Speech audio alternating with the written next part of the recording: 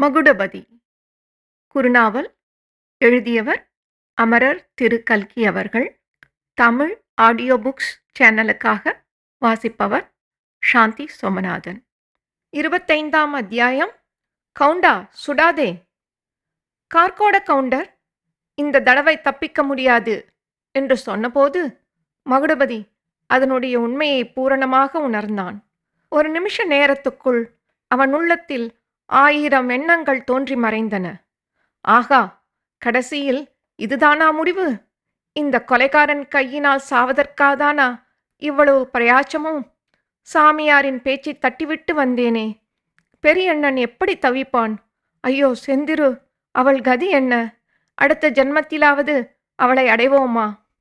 என்னடா திருட்டு மொழி முழிக்கிறாய்? இங்கே எதற்காக வந்தாய்? இது உன் அப்பன் வீடா?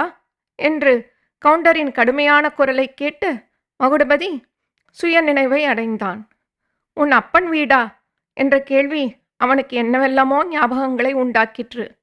தான் தாய் தந்தையில்லாத அனாதை என்பதும் திருவிழா கூட்டத்தில் கிடந்து அகப்பட்டவன் என்பதும் நினைவுக்கு வந்தது.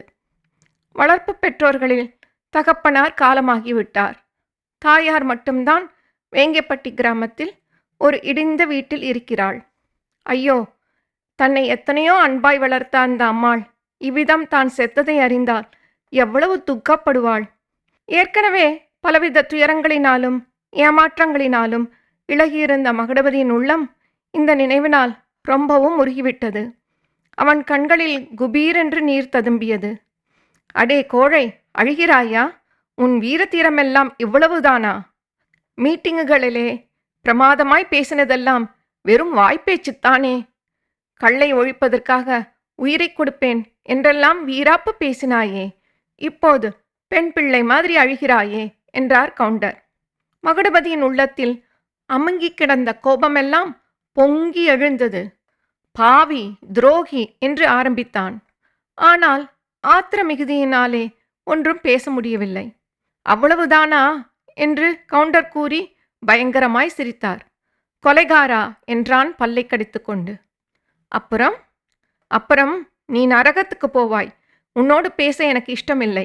உன் எதிரில் நிற்பதே பாவம். துப்பாக்கியை வைத்துக்கொண்டு ஏன் நிற்கிறாய்? குண்டு இருக்கிறதா? வெறும் ஓட்டை துப்பாக்கியா என்றான் மகுடபதி. செத்துப்போவதற்கு அவ்வளவு அவசரமா என்றார் கவுண்டர். அவசரம்தான். உன்னை போன்ற பாவிகள் உலகத்தில் இருக்கிறதை விட இறந்து போவது மேல். அப்படியானால் உயிரோடு இருக்கவே உனக்கு இஷ்டமில்லையாடா? இதை கேட்டதும் மகுடபதிக்கு சிறிது நம்பிக்கை உண்டாயிற்று. ஒருவேளை கார்கோட கவுண்டரின் மனது கூட இளகிவிட்டதோ? தன்னை கொல்வதற்கு அவருக்கு மனம் வரவில்லையோ? இல்லாவிட்டால் இத்தனை நேரம் ஏன் தயங்கிக் கொண்டு நிற்கிறார்? அவருடைய மனது உண்மையிலே இளகியிருக்கும் பட்சத்தில் இந்த சமயத்தில் கொஞ்சம் போதனை செய்து அவருடைய மனதை திருப்ப முயல்வதே மேலல்லவா?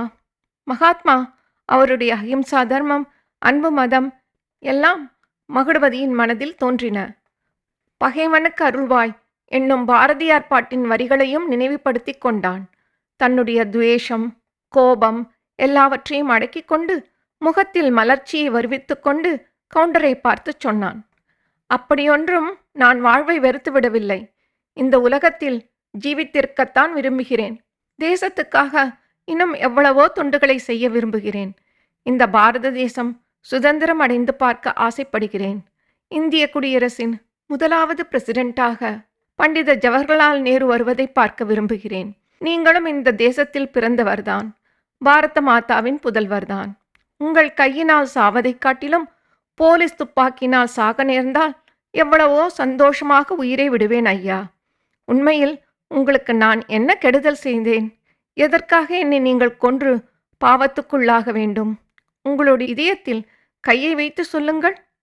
மகுடபதியின் பேச்சினால் கவுண்டரின் மனம் எவ்வளவு தூரம் மாறியதோ என்னமோ தெரியாது. அவர், இந்த பிரசங்கமெல்லாம் வேண்டியதில்லை.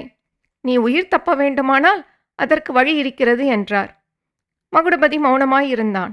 அவன் உள்ளத்தில் மறுபடியும் சந்தேகங்கள் தோன்றின. இங்கே வா, இந்த காகிதத்தில் கையெழுத்து போட்டாயானால் இங்கிருந்து பிழைத்து போகலாம் என்று கவுண்டர் சொல்லி தம்முடைய சட்டைப்பையிலிருந்து ஒரு காகிதத்தையும் ஃபவுண்டன் பேனாவையும் எடுத்து மேஜை மேல் வைத்தார். மகுடபதி தயக்கத்துடன் மேஜை அண்டை நெருங்கினான். மேஜை மேல் விரித்து வைத்திருந்த காகிதத்தை படிக்கத் தொடங்கினான். பக்கத்தில் கவுண்டர் கையில் பிடித்த துப்பாக்கியுடன் நின்று கொண்டிருந்தார். காகிதத்தில் சில வரிகள் படித்ததுமே மகுடபதியின் ரத்தம் கொதிக்கத் தொடங்கியது. ஆத்திர மிகுதியினால் மண்டை வெடித்துவிடும் போல் இருந்தது. பக்கத்தில் நின்ற கவுண்டரை அவனுடைய உடம்பின் ஒவ்வொரு அணுவும் வெறுத்தது. அந்த காகிதத்தில் எழுதியிருந்தது இதுதான்: கள்ளிப்பட்டி மகாஸ்ரீ கார்கோட கவுண்டர் அவர்களுக்கு மகுடபதி தாழ்மையுடன் நமஸ்காரம் செய்து எழுதி கொண்ட விண்ணப்பம். நான் இத்தனை நாளும் செய்த குற்றங்களை மனப்பூர்வமாக ஒப்புக்கொண்டு தங்களுடைய மேலான மன்னிப்பை கோருகிறேன். காங்கிரஸ் தொண்டன் என்று நான் வேஷம் போட்டுக்கொண்டு பணம் வசூலித்து துன்மார்க்கமான காரியங்களுக்கு உபயோகப்படுத்தியது உண்மை. தங்களுடைய கான்ட்ராக்டில் உள்ள கள்ளுக்கடைகளை மறியல் செய்யாமல் இருப்பதற்காக தங்களிடம் பணம் கேட்டது நிஜம். தாங்கள் கொடுக்காதபடியினால் தங்களுடைய கள்ளுக்கடைகளில் கடுமையான மறியல் நடத்தியதும் நிஜம். சிங்கமேடு தங்கசாமி கவுண்டர் தமையனார் பெண் செந்திரு சித்த சுவாதீனமில்லாமல் இருப்பது தெரிந்ததும் அவளுடைய நகைகளை அபகரிக்கும் எண்ணத்துடன் அவளை ஊரை விட்டு கடத்திக் கொண்டே போனேன். பெரியண்ணன் வந்து என்னை கைப்பிடியாய் பிடித்தபோது அவனை கத்தியால் குத்திவிட்டேன். இப்பேற்பட்ட பாதகமான காரியங்களையெல்லாம் செய்ததன் பொருட்டு மிகவும் பச்சாதாபப்படுகிறேன். தாங்களும் மகாஸ்ரீ தங்கசாமி கவுண்டரும் ரொம்பவும் பெரிய மனது செய்து என்னை இந்த தடவை மன்னித்து விட்டுவிட்டால் இனிமேல் இப்பேற்பட்ட துர்க்காரியங்களில் இறங்குவதில்லை என்று கடவுள் சாட்சியாய் பிரமாணம் செய்கிறேன்.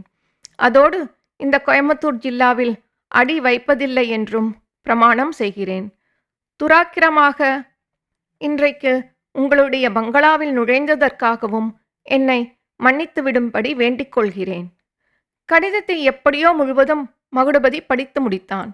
ஆனாலும் கடிதத்தை விட்டு கண்களை அகற்றாமல் தீவிரமாக யோசனை செய்யத் தொடங்கினான்.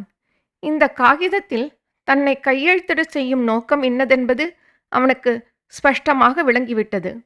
செந்திருவிடம் இதை காட்டி தன்னிடம் அளவில்லாத அருவருப்பு அவளுக்கு உண்டாகும்படி செய்வார்கள். இன்னும் பலருக்கு பகிங்கரப்படுத்தி கோயம்புத்தூர் ஜில்லாவில் தான் தலை காட்ட முடியாதபடி செய்வார்கள். காங்கிரசின் பெயருக்கே அழியாத மாசு தன்னால் உண்டாகிவிடும். இந்த காகிதத்தில் கையெழுத்து போட்டு உயிரை காப்பாற்றிக் கொள்வதை காட்டிலும் உயிரை விட்டுவிடுவதே மேல். சித்திரவதை செய்தாலும் இதில் கையெழுத்து போடக்கூடாது.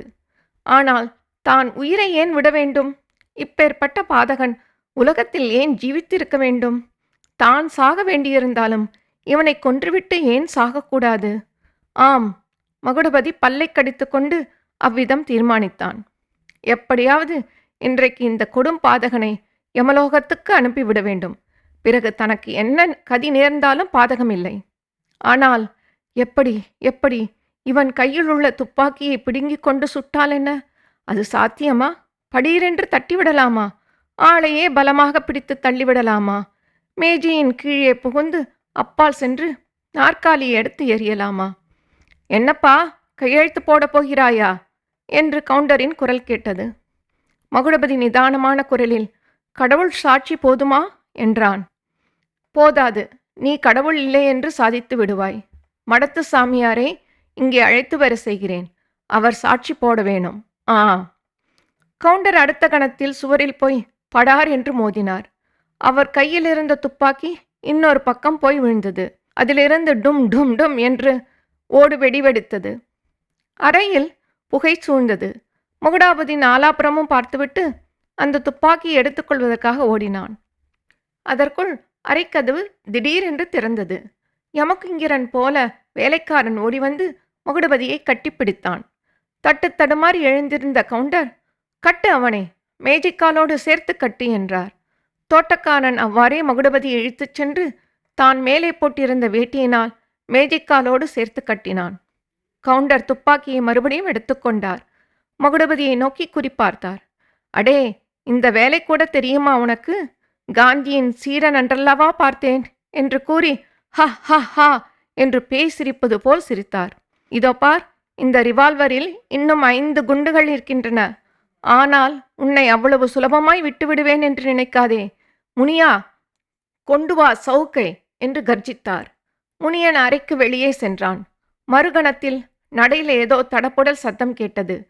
விடு விடு என்று ஒரு குரல் அலறிற்று. பின்னால் இருந்து இழுத்த முனியனை மீறிக்கொண்டு பெரியண்ணன் உள்ளே வந்தான். அவனுடைய வெறிகொண்ட கண்களால் விழித்துப் பார்த்தான். மகுடுபதி கட்டுப்பட்டிருப்பதையும் கார்கோட கவுண்டர் அவனை சுடும் பாவனையாக துப்பாக்கியை குறிவைத்து நிற்பதையும் கவனித்தான். கவுண்டா, சுடாதே என்று அலறினான்.